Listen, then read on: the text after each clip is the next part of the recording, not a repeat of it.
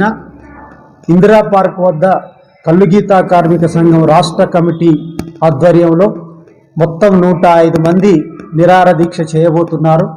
ప్రధానంగా రాష్ట్ర ప్రభుత్వం ప్రవేశపెట్టబోయేటువంటి బడ్జెట్లో గీతా కార్మికుల సంక్షేమానికి 5,000 కోట్ల రూపాయలు కేటాయించాలని, అలాగే ఎన్నికలకు ముందు కాంగ్రెస్ పార్టీ గీతా కార్మికులకు ఇచ్చినటువంటి హామీలను అమలు చేయాలని చెప్పి డిమాండ్ చేస్తూ ఈ దీక్ష సాగుతుంది. రాష్ట్రంలో ఉన్నటువంటి గీతా కార్మికులు, ఎక్స్‌రేషియో బాధితులు, అలాగే వివిధ సంఘాల నాయకులందరినీ కూడా ఆహ్వానిస్తున్నాం. పెద్ద సంఖ్యలో హాజరై ఈ యొక్క దీక్షా కార్యక్రమాన్ని జయప్రదం చేయాలని చెప్పి విజ్ఞప్తి చేస్తూ ఉన్నాం. ప్రధానంగా రాష్ట్ర బడ్జెట్లో గత సంవత్సరం 70 కోట్లు కేటాయించి కేవలం 17 కోట్లు మాత్రమే ఖర్చు చేసినట్లు చెబుతున్నారు. మార్చి 30 లోపు మొత్తం కేటాయించినటువంటి 70 కోట్ల రూపాయలు విడుదల చేసి ఖర్చు చేయాలి.